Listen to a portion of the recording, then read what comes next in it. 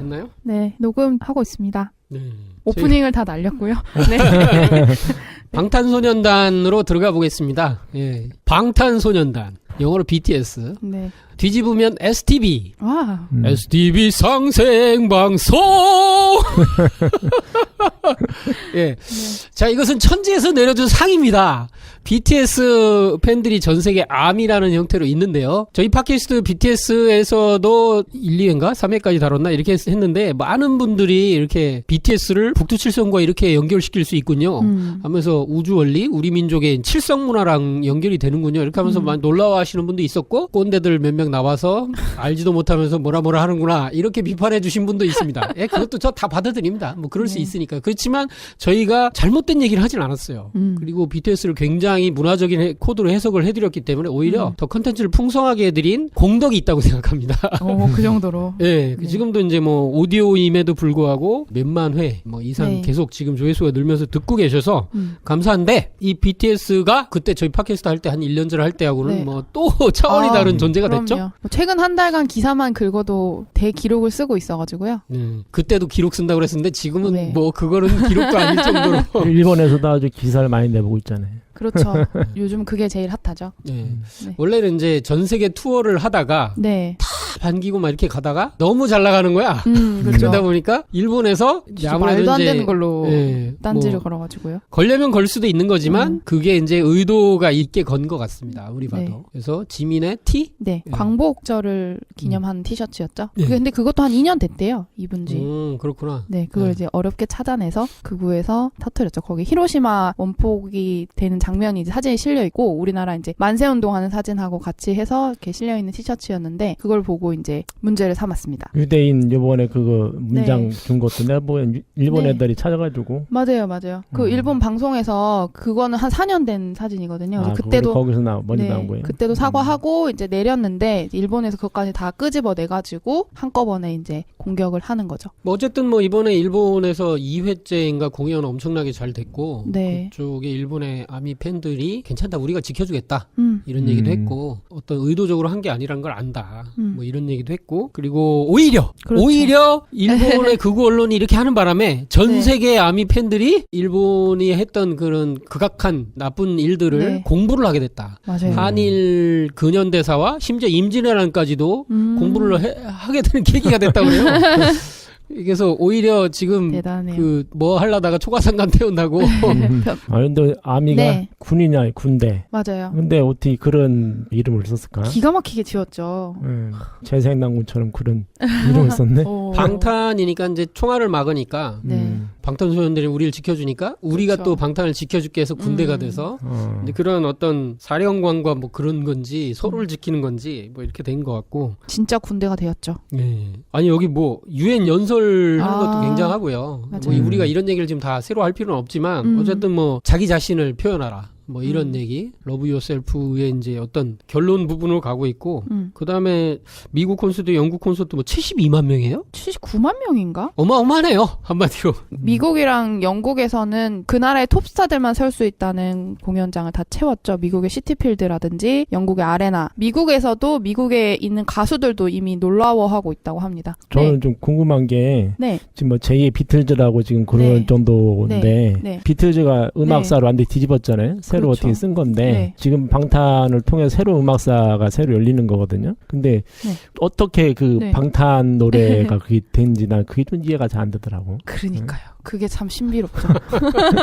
그냥 생각나는 것들로는 뭐 소셜 미디어 세상이 열리면서 마치 이렇게 옆집 오빠 뭐 이렇게 그 삶을 생활 일상생활을 들여다보고 거기서 위안을 직접 받고 오늘은 무슨 일을 했어요. 뭐 이런 얘기 마치 대화하듯이 하는 그런 소통. 엄청난 소통. 여기에 이제 가장 큰 게 있는 것 같고요. 그리고 이제 음악이 이제 가장 한국적인데 사실은 이제 코드들이 전 세계인들이 받아들일 수 있는 코드. 그리고 떼창이라고 하는 전 세계에서 여기가 실제로는 거의 원조예요. 맞아요. 그리고 에미넴이 전 세계 다니면서 떼창하는 건 처음 봤다잖아. 해외 스타들이 그렇게 우리나라 공연을 오는 걸 좋아한대요. 여기만 오면 모든 가사를 다 알고 같이 뛰고 자기가 노래 부르는데 자기가 노래 안 불러도 되는 정도. 한 번도 안 온 가수는 있지만 한 번만 온 가수는 없다. 그 요번에 보헤미안 랩소디 영화를 봤는데 거기 보면은 청중들이 그때까지만 해도 같이 막 따라 부르지 않는데 따라 부르는 그거를 하는 게 있잖아요. 그쵸. 그때 어떻게 보면 최초 시도가 되는 거거든. 그러니까 외국에서는 그 떼창이라고 하는 게 좀 생소한 그런 것 같더라고요. 그게. 그렇죠. 그래서 한국적인 그게 많이 느껴졌고 그 떼창하는 거 보면서 하여튼 에미넴이 하트 그린 건 처음이래잖아요. 이렇게 이런 거 욕을 겁나게 많이 하는 랩에도 그렇게 많은데 하트 그린 걸 보고 전 세계가 놀랐대잖아. 뭐야 이거 이러면서 그래서 아마도 이제 그런 가사 그리고 신비로움 그리고 자기 자신을 표현하라 어떤 그런 한국적인 문화, 정문화, 소통 그리고 이제 거기서 한국의 이제 발음 그리고 이제 7명의 이제 멤버들의 개성 여러 가지 이렇게 이제 작용을 하게 되는 것 같고 우리가 뭐 한마디로 그걸 정의를 못하는 아직도 원인을 찾아야 되는 걸로 이제 사람들이 얘기를 하는 것 같아요. 그런데 방탄소년단의 이제 미래를 예견한 듯한 거의 예언이죠. 예언한 듯한 어떤 분의 이야기가 화제가 되고 있습니다. 유튜브에서. 그리고 뭐 원래 이제 이것은 실제로는 이것이 개벽이다 책에 상권에 이제 타노스님 예언편이 있는데 거기에 자세히 나와 있는데요. 거기에 사람들이 이제 충격을 받고 8, 90년대에 이제 사람들이 거기서 이제 개벽에 대한 메시지다. 뭐 이렇게 느끼고 나서 이 타노스님의 예언 중에서 실제로 부처님이 계신다면이라는 책이 있는데요. 타노스님이 저자고요. 2013년도 발매 이렇게 했는데 실제로는 이제 그거보다 더 오래됐어요. 근데 여기에 나온 내용이 한민족의 미래 그리고 인류의 미래에 대해서 나온 내용들이 있습니다. 몇 줄 안 되니까 한번 읽어보겠습니다. 한국의 젊은이들이 갈수록 예뻐지는데 이들이 세계적으로 이름을 떨칠 때 구군이 상승하고 한국이 세계의 중심 국가가 될 것이다. 띠용. 지금 보면 너무 당연한 얘기인데요. 아니 이게 70년대 한 얘기야. 그 70년대면 새마을 운동 할 때요. 새마을 운동. 그렇죠. 6.25 전쟁이 끝나고 강토가 이제 정말 쑥대밭이 됐어요. 아직 고무신 신고 다닐 때 아닌가요? 고무신도 찾기 어려울 때죠. 근데 이런 미래를 정말 내다보셨네요. 그때의 타나스님은 이런 말씀하셨다. 이제 원래 이제 스님들을 둘로 나누면 선승이 있고 학승이 있어요. 선승은 이제 수행을 해서 어떤 깨달음을 얻는다든지 화두를 틀어서 하는 거고 학승은 그 공부를 한 거죠. 그 중에 이제 주역과 정역의 이 타나스님은 아마 정통했던 걸로 알려져 있습니다. 학승이시군요. 뭐 당연히 이제 수행도 했을 테고요. 이제 한 줄 한 줄 읽어보면 한국의 젊은이들이 갈수록 예뻐지는데 왠지 기분이 좋아요. 그런데 친구들은 뭐 키도 크고 쭉쭉 뻗죠. 아니 이렇게 종자가 바뀌었냐? 뭐 이런 얘기가 나오죠. 아니 저희 때는 TV 나온 애들만 컸거든요. 저희 때가 언제죠? 살짝 전에. 근데 요즘 애들은 진짜 다 크더라고요. 먹는 게 달라서 그런가. 이게 이제 잘 먹고 좋은 환경에서 크고 교육도 잘 받고 그리고 또 이제 아이돌들이 또 영어 공부니 뭐 기본적인 공부도 많이 하잖아요. 그렇죠. 그리고 뭐 화장술도 뭐 이렇게 실제 뭐 한국은 처음이신가? 어서와 한국은 처음이지. 어서와 한국은 처음이지 보는데 여기 호주 출신 자매가 나오는데 물광 화장하는 걸 보고 충격을 받더라고요. 한국의 이제 화장 기술은 기본적으로 내추럴이다. 맞아요. 근데 그게 이제 자기가 화장을 받고 나서 이러는 거예요. 이게 뭐야? 이게 누구지? 이렇게 이제 거울을 보고 놀라는 모습을 보는데 하여튼 한국 화장품이 그래서 유명한 것 같아요. 굉장히 사실 앞서 있어요. 그래요? 외국에서도 우리나라 화장품 많이 사가고요. 뭐 유튜버들도 그렇고 우리나라가 많이 인기가 있습니다. 명동에 가면 아주 난리라고 하고. 근데 이게 뭐 누구는 비판적으로 성형 얘기냐? 뭐 이런 얘기도 있지만 뭐 어느 정도는 뭐 그렇게 됐다고 보지만 기본 신체 자체가 키부터 해서 예뻐진 건 실제 사실이고요. 그래서 한국의 젊은들이 갈수록 예뻐지는데 점점 예뻐집니다, 진짜. 그리고 이들이 세계적으로 이름을 떨칠 때 딱 여기 나오죠. 이것이 무엇이냐? BTS군요. 아이돌이라고 이제 보통 얘기를 할 수가 있고 여기서 한류라는 단어도 생각할 수 있고 이들이 세계적으로 이름을 떨치는 게 이제 젊은이들이 세계적으로 이름을 떨치는 게 지금은 어쨌든 K-팝 또는 한드, 한영화 뭐 이렇게 해서 한류의 바람을 타고 전 세계로 이렇게 나가고 있는 그거를 그대로 70년대 이렇게 보시고 한 얘기다. 물론 그런 거 아니야? 이렇게 하지만 그게 아니라는 거죠. 70년대에는. 이때 사람들이 이 예언을 봤으면 뭐라고 그랬냐? 허황된 말씀이다. 비웃었겠죠. 그래서 구군이 상승하고 한국이 세계의 중심 국가가 될 것이다. 이미 그렇죠. 80년대까지만 해도 한국이라는 나라가 있는지도 몰랐고 어디 붙었는지도 몰랐고 그랬지만 지금은 그렇지 않습니다. 국운이 충분히 상승하고 있고 뭐 세계 뭐 경제 몇 위 안에 들어가고 세계 중심 국가 아직도 작고 강대국에 치여 있는 것 같지만 실제로는 거꾸로 뒤집어 보면 네. 우리나라를 중심으로 실제는 전 세계 강대국들이 이렇게 움직이고 있다. 지정학적 위치와 여러 가지를 얘기하고 있죠. 예. 그래서 참 놀라운 예언인 것 같습니다. 그런데 이 중심에 이제 BTS가 이제 정점을 찍게 되는 거죠. 네. 예. 뭐 21세기 비틀스다. 또 뭐 동방에서 온 비틀스다. 오, 그런 말도 있어요? 멋있다. 네. 근데 재밌는 건 BTS, 비틀즈. 아, 맞아요. 우연히도 네. 우연인지 뭔가 이렇게 뒤에 비밀이 있는 건지. 그래서 빌보드 차트를 석권하는 게 타나 선생님 예언하고 연결이 돼서 다시 조명받고 있는데요. 타나 선생님 얘기는 저희가 아마 예언편을 개벽책을 다룰 때 네. 자세히 다루게 될 것 같은데 네. 그 얘기는 이제 조금 나중에 하고 네.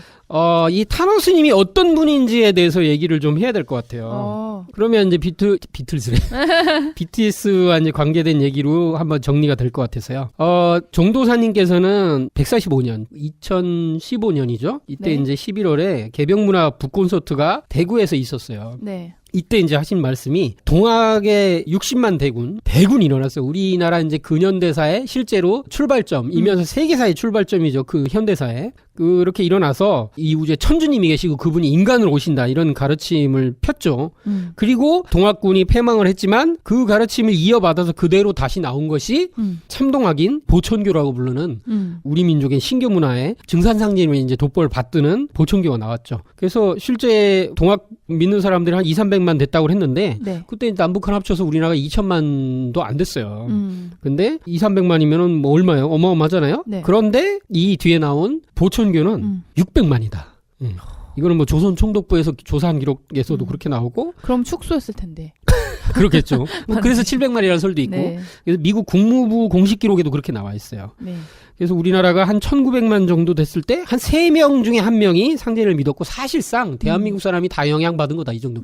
아니 지금 교인으로 등록돼 있는 사람이 다 100% 믿는 거냐. 그렇지도 않잖아요. 더 확장되잖아요. 네.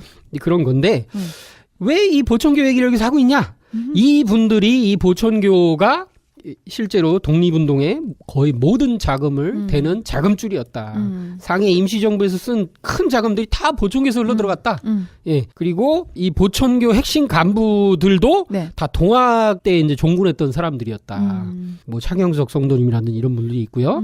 그리고 실제 이제 김구 선생께서도 이제 해방 후에 비행기에서 내려서 바로 이렇게 이제 비서실장 조경환이란 분의 이제 얘기를 하신 걸 이게 증언이 나온 게 있어요. 그럼 뭐라고 하냐면 네, 조경환 선생님의 증언이요. 우리 임시정부가 독립운동을 하면서 정읍 대응리 보천교에 빚을 많이 졌다는 겁니다. 또 이승만 초대 대통령인데 이제 박사가 정읍에 내려와서 1946년에 남한만의 단독 정부를 세우는 그런 선언을 했는데 정읍 선언이라고 하죠. 이때 우리가 정읍에 많은 신세를 졌다라고 얘기를 해서 아니 왜 정읍에 가서 이렇게 전부 민족의 지도자가 되는 사람들이 이렇게 얘기를 하느냐. 근데 그것은 이 보천교에서 모든 우리 민족의 독립운동의 그 근간이 다 나왔다. 자금도 다 나왔고. 근데 그걸 얘기를 하는 거죠. 그리고 실제 이제 동학도 이제 일제 시대에 이제 독립운동하고 하니까 일본이 이제 조사하고 하면서 등록을 해가지고 이제 길들이기를 하려고 이름을 등록하게 하는데 원래 이 보천교는 선도라고 불렀죠.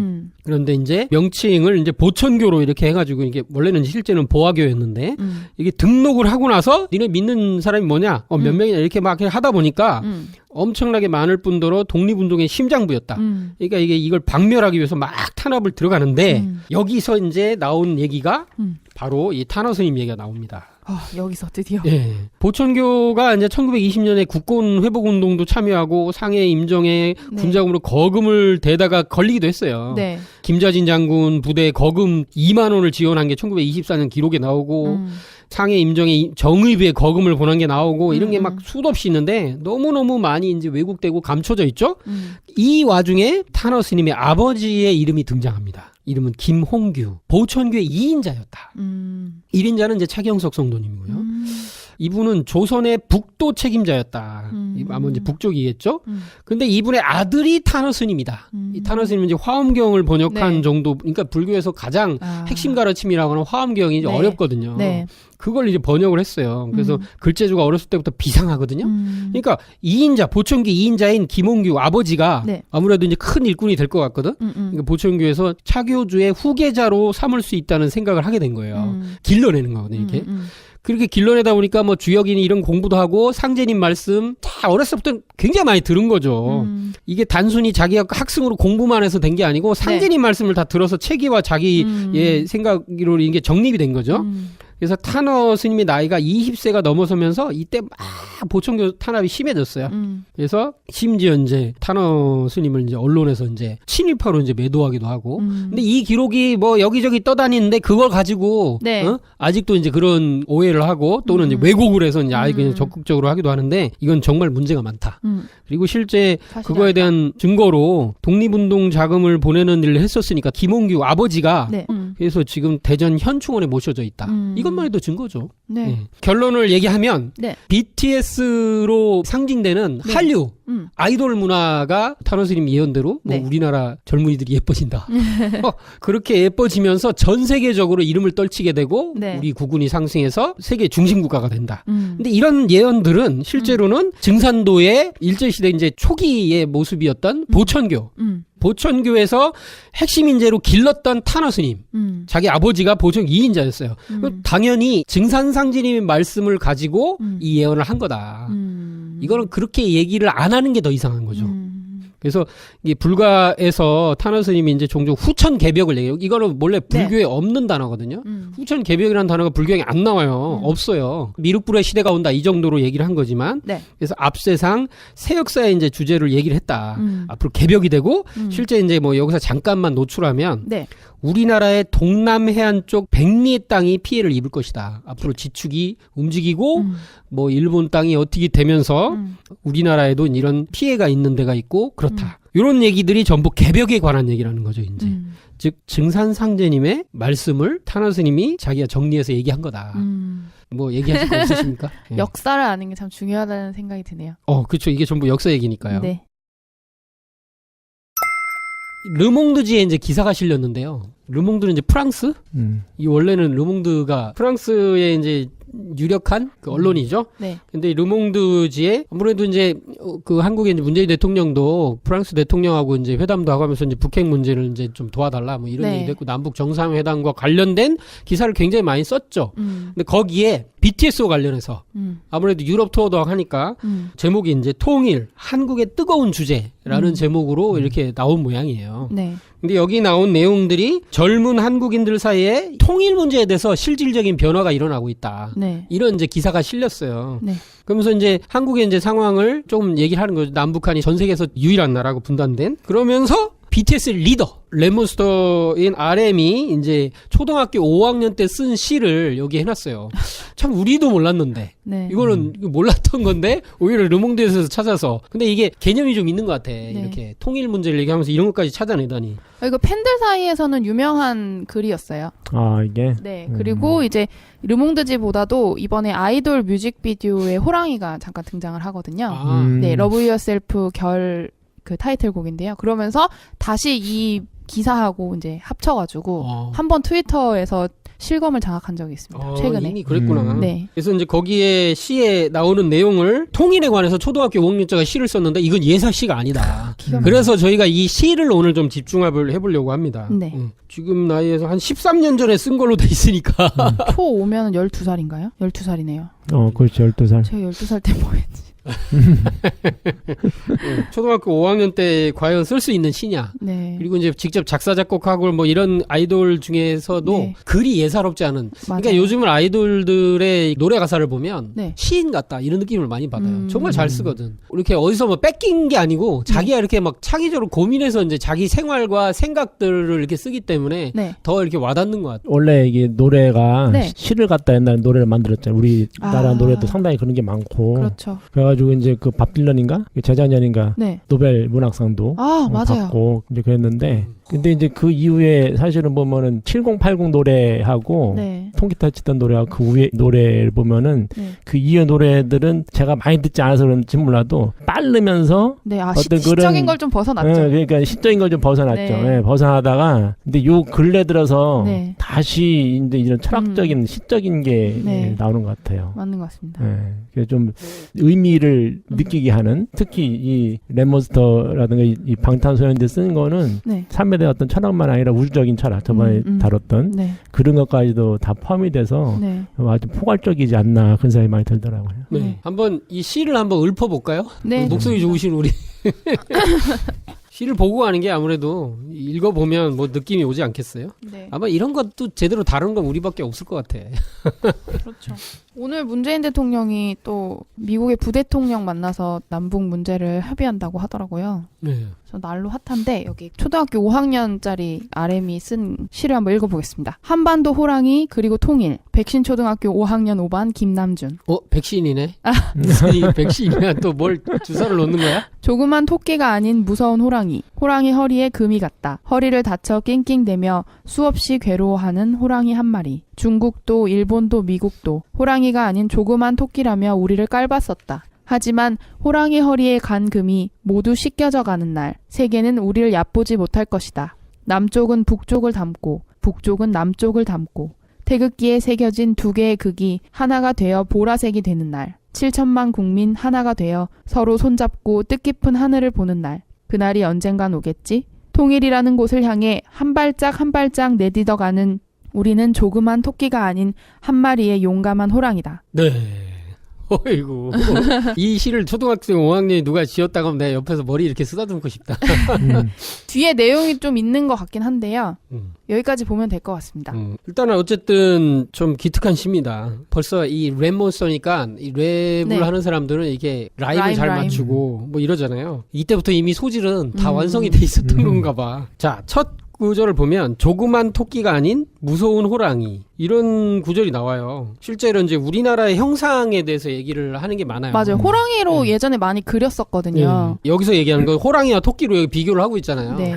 토끼는 전 세계가 무시하는 거라서 그죠. 귀엽긴 한데 초식동물. 되게 이렇게 어떻게 뭐 좀 한 입에 들어삼킬 수도 있고 뭐 이런 표현이기도 한데 호랑이는 뭔가 이게 아시아의 맹주 뭐 이런 느낌 뭐 이런 것도 얘기를 하는 것 같기도 하고. 네. 우리나라는 전 네. 극동아시아의 극동아시아의 동부아시아 끝에 있는 작은 나라. 네. 옆에는 중국이랑 거대한 대국이라고 자기네들이 칭하고 네. 있는 나라가 있고 또 옆에는 또 섬나라인 일본이 있는데 거기는 또 이제 자주 이게 침략을 일삼았었던 역사적으로 이 여기 끼어 있는데 전 세계 역사가 이제 그 19세기 말에 네. 제국주의가 막 팽창해가지고 프랑스 뭐 스페인 뭐 이미 다 이제 뭐 대항해 시대를 지나서 네. 아프리카도 다 먹고 미국도 이제 인디안 다 몰아내면서 다 먹고 네. 이런 상황이 되면서 실제 제국주의가 이제 동양으로 눈 돌리는 때가 됐었죠. 그때 이제 동양에는 이제 거대한 이제 중국이라는 나라가 있었고 저것만 어떻게 제끼면 하면서 이제 이렇게 막 진출을 하기 시작했고 네. 종교부터 오기도 하고 하면서 여러 가지 하면서 중국이 이제 그렇게 무너질 줄은 몰랐지만 어쨌든 아편 전쟁이라는 걸 상징으로 해서 그냥 전 국민이 사실상 마약 중독자 비슷하게 돼갖고 그렇게 무너졌죠. 힘없이 무너지고 네. 일본 같은 경우는 뭐 요새 뭐 상생방송 료마전 하는데 검은 배 하나가 딱 나타나니까 그냥 꼼짝없이 다 무너지고 네. 증기선 나타나니까 네. 아니 저게 뭐야 이렇게 괴물 배가 나타날 때 갖고 그냥 어떤 뭐 특별한 싸움도 없이 그냥 무너졌죠. 네. 그러면서 일찍 개화가 시작되고 그러니까 실제로 전 세계 역사에서 제국주의라는 걸 타이틀로 볼 때는 점령이 안 당한 곳이 실제로는 한국 하나가 남았었다. 이 조선. 태국. 태국도 있었어요? 태국은 끝까지 이제 괜찮았죠. 그렇군요. 네. 그때 보면은 그 러시아는 네. 이제 17세기부터 동진 정책을 펴죠. 이렇게 표틀 대제가 등장했던 그 동진을 하면서 온 게 3년에 100kg를 먹었다고 그러니까 그 정도 와우. 먹으면 속도로 갔다 그러니까 그렇게 해가지고 온 게 이제 우리나라까지 온 거예요. 그때. 네. 그래서 러시아의 그거는 뭐였냐면은 네. 부산에다 자기네 항구를 두고 우리를 식민지 삼아서 네. 그리고 일본도 그 다음에 식민지를 먹는 먹는 이거였고. 그래서 러일 전쟁에 이제 단초가 되는 거지. 미국은 그 반대로 서진을 한 거지. 계속 서부 개척을 하면서 거기서 끝난 게 아니라 하와이 먹고 필리핀 먹고 온 게 일본을 그때 먹은 거고. 그 일본을 그걸 통해서 이제 중국 진출하려고. 그러니까 이제 러시아하고 이제 미국이 다 중국을 놓고 맞이한 상황에서 일본하고 만주까지 이제 와 있던 상황이었어요. 그리고 이제 이 조선을 남겨두고 있는 그 상황에서 미국하고 러시아가 맞닥뜨리게 된 거고. 그래서 그 러일 전쟁이라 하는 것이 대리전으로 펼쳐지게 되는 게 됐던 거죠. 한반도의 형상, 호랑이. 근데 실제로는 이제 호랑이라는 표현에 대해서는 뭐 제가 찾아보니까 한반도 형상을 얘기를 할 때 그렇게 오래 전부터 이렇게 얘기됐던 건 아닌 모양이에요. 그래요? 뭐 최남선이 뭐 이렇게 얘기한 기록이 있고 불안문화론. 그때 열광을 했었다고 하는데 비판적으로 얘기하는 사람들은 그때 나온 거 아니냐. 근데 이제 호랑이로 또 볼 수 있는 건 많이 있어요. 왜냐하면 우리 민족의 이제 단군 신화라고 하지만 실제로 이제 웅족과 호족의 이야기지만 거기에 이제 호랑이 이제 토템이 나오긴 하니까. 그리고 단군 할아버지를 그린 그림들을 보면 옆에 곰이랑 호랑이가 또 있고 해서 호랑이와 연결시키는 게 또 있긴 있죠. 그리고 산신을 이제 호랑이로 표현하고 산군님이라고도 하죠. 그리고 이제 산신 옆에 항상 호랑이가 이렇게 지켜주고 있는 그림이 있잖아요. 그것도 상점 도전에도 보면은 이 묵은성도가 수행을 많이 하고 할 때 그때 이제 호랑이가 옆에서 지켜주는데 묵은성도가 이제 집안 개처럼 이제 바둑이라는 이름을 붙여가지고 했다는 게 있거든요. 그래서 그래요. 실제 그 환국에서부터 거바란 환웅께서 초대 환웅께서 그 3,000명 제생난구를 이끌고 올 때 이룽 1호라는 거기에 웅족과 호족이 있었고 그들이 이제 실제 이제 신시 배달에 이제 나라를 환웅천왕께서 여실 때 이제 그 환족의 백성이 되고 싶습니다 찾아올 때 그렇다면 이제 수행을 해라 시험 통과 의뢰를 거쳤는데 웅족이 그걸 견뎌내서 환족과 이제 합쳐지게 돼서 실제 배달 우리 민족의 진짜 시작은 이제 배달국이라고 할 수 있다 그렇게 이제 얘기를 하고 있죠. 근데 호족은 아마도 조금 견디기 어려웠나 봐요. 그러면서 호족이 우리 민족과 이제 완벽히 이제 분리되는 건 아니고 뭐 이런 얘기가 있어요. 이제 뭐 예족에 대해서 얘기할 때 삼국지 오환 선비 동의전 뭐 이런 데 나오고 뭐 예족은 호랑이를 신으로 섬겨 제사 지냈다. 뭐 이게 예족이 이제 호랑이 토템을 하고 이제 맥족이 곰을 토템을 한 걸로 많이 얘기를 하죠. 그러니까 호족이 우리 민족이라는 게 멀리 있는 게 아니다.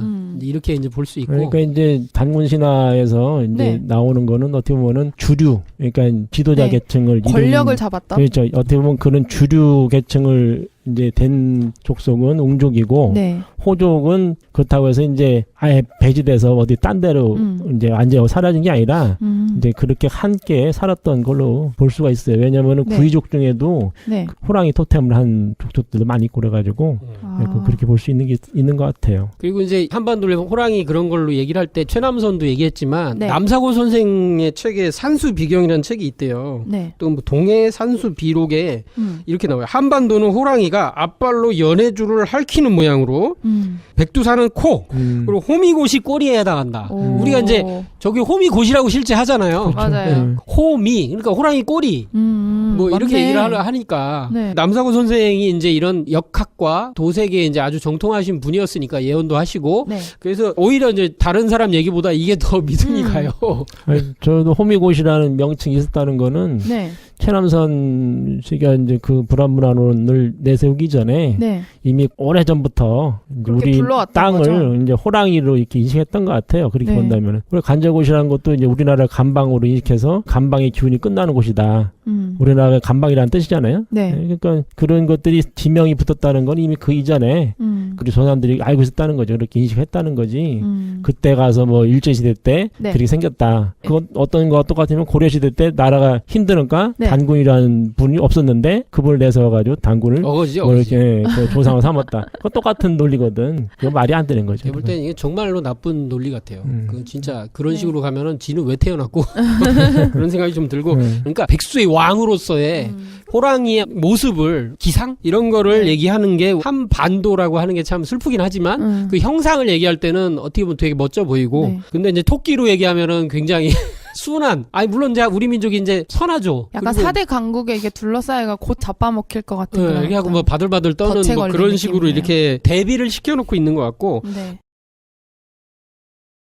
또한 이제 다른 측면으로 한반도의 형상을 이 호랑이와 토끼 이외에 누에로도 이제 표현을 하거든요. 누에. 네. 누에는 상제님 이제 도전 성구에도 이제 어느 정도 나오죠. 네. 누에라는 게 왜 중요했냐. 누에는 이제 보통 고치를 쳐서 비단을 뽑아내죠. 우리 이제 누에하면 생각나는 게 번데기 뭐 휴게소 먹는 정도로만 생각하는데 그게 아니다. 근데 최근에 이제 누에 그 관련 다큐를 쭉 봤는데 네. 누에 산업이 사실은 단군 성주 때만 해도 네. 그 단군 성주의 황녀라고 해야 되나? 황후. 황후. 네. 황후께서 주관하신 일이었다. 누에치기가. 네. 가장 중요한 일. 국가에서 그렇죠. 가장 중요한 일. 누에치기를 하는 것 자체가 네. 백성들을 입힐 수 있었고. 의식주의 하나이기 때문이죠. 그렇죠. 예.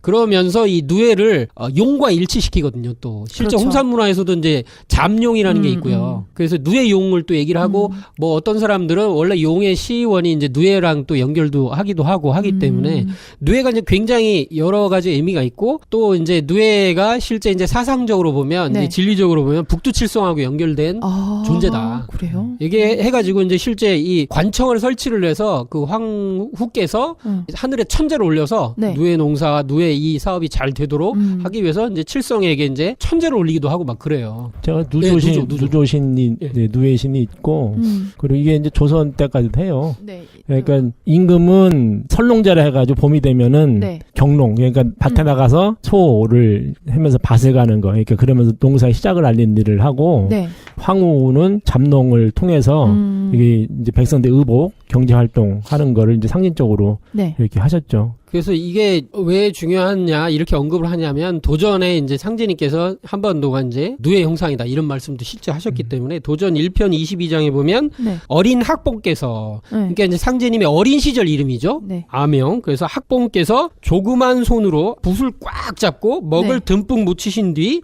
종이 위에 굵게 한 일자를 한 획을 힘껏 그으시며 큰 소리로 나는 순이다 하고 외치시니 여기서 순은 순박할 순자죠. 상제님의 조남이 강 일자 순자 네. 이시거든요. 한 일자에 이제 순박할 순자를 쓰시거든요. 네. 그래서 순간 한 일자가 마치 누에처럼 꿈틀꿈틀 기어가거든요. 근데 굉장히 신비로운 거예요, 이게. 그쵸. 근데 요런 일이 한 번 더 있거든요. 시장에서도 한 번 하시고 하는데 글씨를 썼어. 무기 일어난 거예요. 이렇게 까만 무기 이렇게 그래서 3차원으로 이렇게. 그 3차원으로 일어난 것 같아요, 실제. 이게 기어가려면 3차원으로 일어나야 되지 그렇죠. 않나? 예. 그래서 꿈틀꿈틀 기어가. 누에처럼. 예. 그리고 구경하던 장터 사람들이 탄성을 지르며 네. 더 자세히 보려고 서로 몸을 밀치고 당기고 하여 한바탕 소동이 일어나더라. 이때 학봉께서 말씀하시기를 조선 땅은 한 일자 누에와 같다. 예, 이런 말씀하셨다는 거예요. 이건 굉장히 상징적이고 굉장히 신비로운 거예요. 실제 이 누에의 필법이 있거든요. 이렇게 누에 붓을 필법? 잡고 네. 예, 붓글씨를 쓸 때 네. 운필법에서 잠두마제라고 그래요. 잠두마제. 글을 쓸 때 어떻게 되냐면 네. 첫 획이 딱 닿으면 얇게 가잖아요. 네. 그러다가 힘이 딱 주어지면 굵어지고 그다음에 쭉 긋고 끝쪽에서 이렇게 또 다시 얇아지잖아요. 네. 이게 이제 누에의 형상을 딴 필법이라는 거죠. 그 우리가 이제 한일자를 쓰면 그냥 쭉 긋고 마는 게 아니잖아요. 네네. 거기에 어떤 변화와 강약이 들어가잖아요. 근데 굉장히 그 동양 철학의 이제 수행의 이제 법칙 같은 느낌이 이제 많이 있잖아요.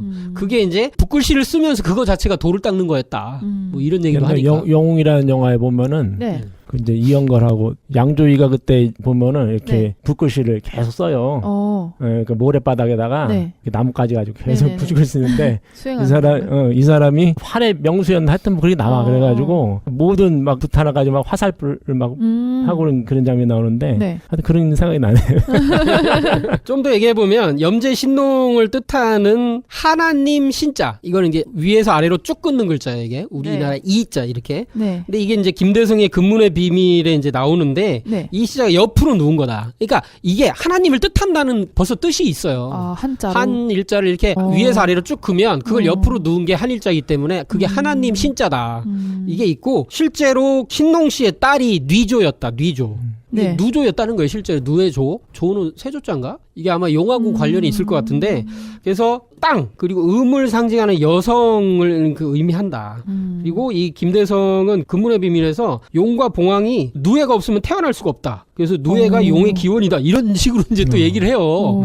이게 굉장히 신비로운 거예요. 이런 것들이 홍산 문화의 많은 옥기를 보면 이런 네. 거랑 또 연결이 되거든요. 그럼 한반도가 조선 땅이 한일자와 같다는 거는 여기가 하느님의 땅이라는 그런 뜻인가요? 예, 아주 유머 너무 좋습니다. 오늘 뭐 한 건 하셨네요.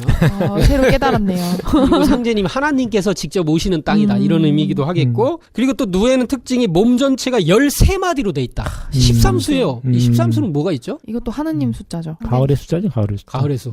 4 더하기 9. 아 그렇게 되는군요. 4, 9, 금. 네. 그리고 상제님께서 13달 만에 태어나신 황극수 그것도 아니에요? 어머니 뱃속에서 13달 만에 태어나시죠. 이것도 이제 선천 하늘을 뜯어 고쳐서 가을 천지를 여시는 그런 도수일 테고. 네. 그리고 시천주주도 13자고. 아이고 그렇군요. 시천주는 실제 이제 하나님을 천주님을 모시는 주문이니까. 그렇죠. 그래서 어쨌든 이게 절충이라고 부른다. 13마디로 돼 있고 잠을 4번 잔다. 이것도 이제 잠을 4번 잔다는 건 천지 변화의 이제 4주기 생장염장의 이치를 얘기하겠고 자기 몸에 12,000배의 씨를 뽑는다. 이거 누가 재봤나?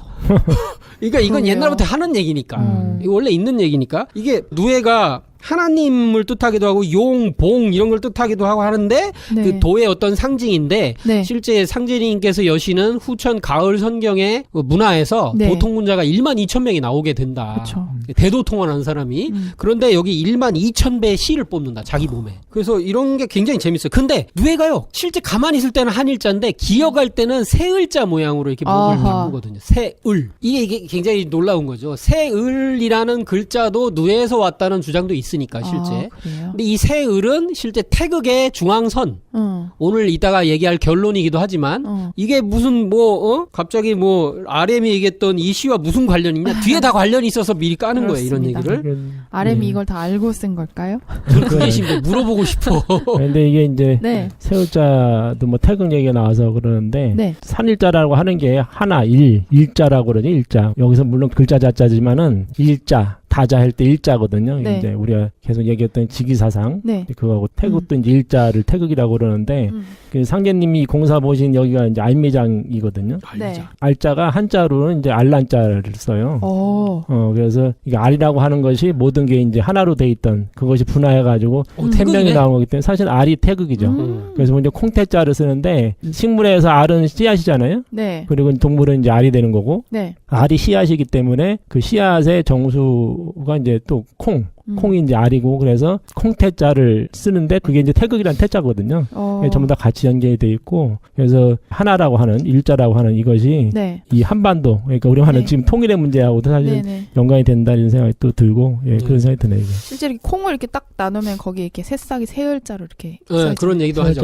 올라올 때도 이제 새을자 모양으로 이렇게 올라온다 이런 얘기도 하고. 그리고 이제 그게 이제 말르면 딱 나눠지거든요. 음양으로 나눠지고 또 콩은 신기하게 오행 색깔 다 가지고 있어요. 맞네. 색깔이 빨간색도 있고 그러니까 파란색도 있고. 태극, 음양, 삼재, 사상, 오행을 다 가지고 있는 게 콩이죠. 정말 참 신비한 얘기로 이제 깊이 너무 들어가고 있는데 조금 진도를 나가보면 어쨌든 이게 사람 기르기와 누에와 같다고 그래서 이 실제로 인간을 길러내서 교육시켜서 인재로 쓸 때도 그런 공력들이 누에를 기른 거와 같다. 먹이만 제때 먹이면. 그러니까 이거 타이밍이거든요. 그 사람한테 맞는 소스 또는 책. 그 사람에게 정신적으로 깨어나게 할 수 있는 그런 적당한 먹이. 너무 과다하지 않으면서 너무 적지도 않은 먹이. 이런 게 어떤 인재 양육과도 굉장히 연결돼 있고요. 상제님 이제 다른 쪽에서는 또 장성하셔서겠죠, 이거는. 그래서 한일자를 알미장에 또 이제 한번 쓰시고 무엇 같으냐 하니까 수부님께서 누에 같습니다 하니까 한일자를 입으로 후 하고 부시고 천지가 울리도록 크게 외치시고 나는 순이다. 순이 옥황상제다 하니까 순간 글자가 살아나는 마치 누에처럼 기어가니라. 이게 이제 그 나루토라는 일본의 이제 굉장히 유명한 애니메이션에 보면 초지 무슨 술 해가지고 닌수를 써요. 닌자 도수를 쓰는데 거기 보면 종이에다가 붙들고 다니면서 글씨를 써요. 걔는 또는 그림을 그려. 그럼 그림을 그리면 사자 모양의 글을 그리면 도수를 딱 이렇게 해서 주문을 외우면 걔가 사자가 돼서 나와. 3차원으로 나와서 물론 먹 형태로 돼 있죠. 공격을 하고 싸우기도 하고 방어도 해줘요. 그래서 이제 나중에 보면은 걔가 쓰는 최강의 이제 술이 나와요. 너무 강력한 적을 만났어. 어떻게 하지 하고 종이를 딱 그려더니 붓으로 용을 그려. 용이 나와요. 멍룡이 나와서 막 엄청나게 싸우는 거야. 근데 이게 상제님이 얘기하신 이 도전 성구를 그대로 가져간 거예요.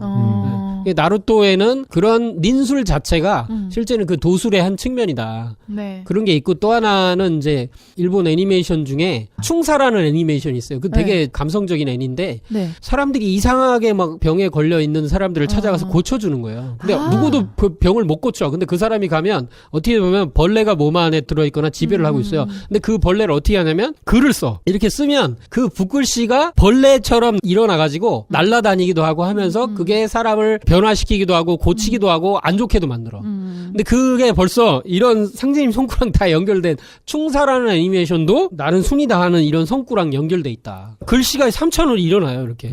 그래서 걔가 이렇게 막 걸어 다녀 막. 그 만화책으로 봤을 때 되게 징그러운 만화였는데. 아, 애니메이션으로는 굉장히 감성적이에요. 네. 그래서 이런 성구랑이 이렇게 정말 연구열이 많이 되는구나. 또 하나로 이제 한반도가 이제 어떤 형상이라 얘기하신 게 네. 동과혈이라고도 하셨어요. 동과혈. 동과는 실제 이제 박과에 한해살이 덩굴성 식물, 호박과 비슷한 열매를 맺는다. 이렇게 돼 있고, 근데 도전 4편 42장에는 네. 조선이 동과의 형체인데 뿌리에 수기가 고갈되어 이제 죽을 지경에 이르렀다. 또 말씀하시길 백두산이 근본처이므로 그곳에 가서 수기를 돌리고 오리라. 이게 이제 어떤 천지의 수기가 마르는 그걸 이제 돌려야 된다는 공사가 있죠. 지금 우주의 여름철로 해서 화기운의 화신이 이제 극을 이제 친 세상인데, 그럼 물이 마르는 거예요. 너무 말랐어요. 그렇죠. 저도 말랐어요. 많이 드세요.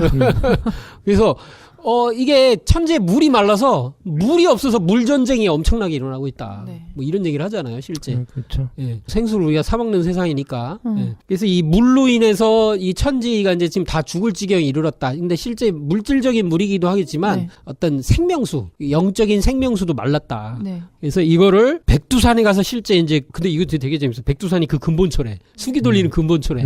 아, 이것도 이제 의미가 있어요. 백두산 자체가 시루산, 즉 증산이라고 불리는 산이기 때문에. 그래서 동과의 형상이라는 것도 있다. 우리나라가 이제 식물을 갖다가 비유를 하신 건데, 네. 이제 지금 우리나라가 대륙하고 연결돼 있잖아요. 근데 딱 연결돼 있는 거기 어디면 백두산이거든요, 거기가. 그 나머지는 두만강하고 압록강하고 네네. 다 물이잖아요. 다 물로 돼 있고 백두산만 딱 연결돼 있는 거예요.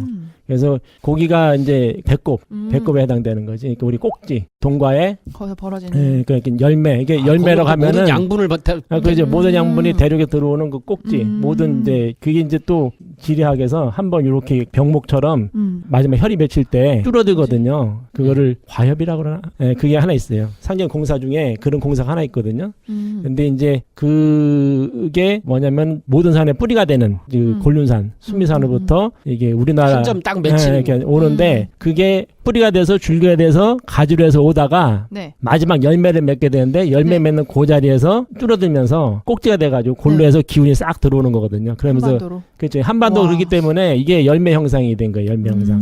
모든 기운이 글로에서 들어오는 열매 형상으로 해서 맺혀져 있는 거고 네. 지금 상제님 말씀은 그 열매 형상에서 지금 네. 수기가 말라가지고 네. 이 열매가 지금 제대로 구실을 열매 맺지 못하고 있다는 거죠 지금. 근데 이것이 이제 천지 수기가 네. 되는 거고 바로 우리 한반도도 지금 그렇게 그 열매를 맺지 못하는 그러니까 이제 이게 썩어가고 있는 거죠. 그것 때문에 상제님 공사 중에 보면은 우리나라를 네. 고기 형상으로 또 하신 말씀 있어요. 그래서 이제 어체인데 물고기. 네, 물고기인데 창자가 어디냐면 금강이 창자다. 그렇죠. 네, 그래서 금강 항우뚝을 막으면서 금강이 썩어 들어가면서 그쵸. 우리나라 이게 어체가 이제 썩는. 그러니까 이제 지금 같은 거죠. 그러니까 수기가 마르면서 열매 맺지 못하는 거나 고기 창자가 썩으면서 고기 썩어 들어가는 거나 사실 같은 거고 그게 되면서 수기도 사실 마르고 우리나라 이렇게 네. 금강 항우뚝을 막으면서 네. 전 세계가 실제적으로 이제 더 병 들어가는 그 급속히 진전되는 그런 일들이 같이 이제 벌어졌었죠. 네. 그래서 지금 보면 호랑이 형상, 누에 형상, 네. 동과 형상,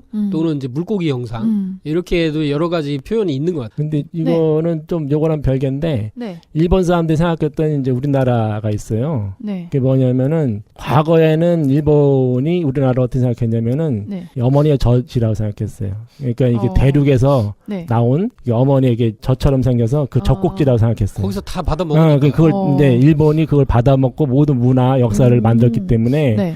그래서 그렇게 생각했는데 아, 그게 어디 있어요? 예, 제가 이제 어딘가 읽었는데 기억이 안 나네. 그것도 맞네요. 네. 그렇죠. 근데 이게 이제 1800년대 들어서면서 네. 그 극우를 외쳤던 요시타 쇼인인가? 누군가가 이제 그 얘기를 해요. 그거를 바꿔서 얘기를 해요. 뭐라 하면은 이 한반도라고 하는 건 대륙의 네. 칼이다, 칼. 칼이다. 어. 그래서 대륙이 일본을 이제 그 침략할 수 있는 그런 칼이다라고 이렇게 인식을 바꾸게 되는 거예요. 그러면서 정한론이 나오는 배경이 되거든요. 예, 이런 것도 있어요. 이게 이제 지정학적이란 말을 우리가 많이 쓰잖아요. 한반도를. 네네. 이 지정학적이라는 것도 좋은 얘기는 아닌데 하여튼 그런 지정학적인 어떤 그런 면에서도 일본 애들이 우리를 어떻게 생각했느냐. 예, 그러면서 역사가 바뀌는 거죠. 그 행동이 바뀌니까 정신이 이렇게 들어가니까. 이제 그 어떤 관점의 차이를 사실 침략의 논리로 아, 그렇죠. 그렇게 바꿔보는 거죠. 되는 것 같아요. 그래서 참 무서운 것 같고. 그러니까 이게 이제 그래서 배사율이거든요. 미국이 일본을 개화시키고 해서 그렇게 이제 컸는데 미국을 치는 건 배사를 범한 것이다. 근데 실제적으로 더 큰 배설은 뭐냐면은 어머니거든. 자기의 또 어머니 아니에요, 어머니. 그렇지. 아들이 다 컸다고 부모를 배은방덕 해가지고 하는 그 일을 벌인 거거든, 일본이. 패륜, 그렇죠. 더한 걸 한 거예요, 더한 거. 그래서 이제 그 말씀을 상진님이 하시는 거죠. 무섭네요. 일본 사람들의 국민 정서하고는 약간 다를 수도 있는 것 같고 힘 있는 사람들은 그쪽으로 가려고 계속 하는 것 같고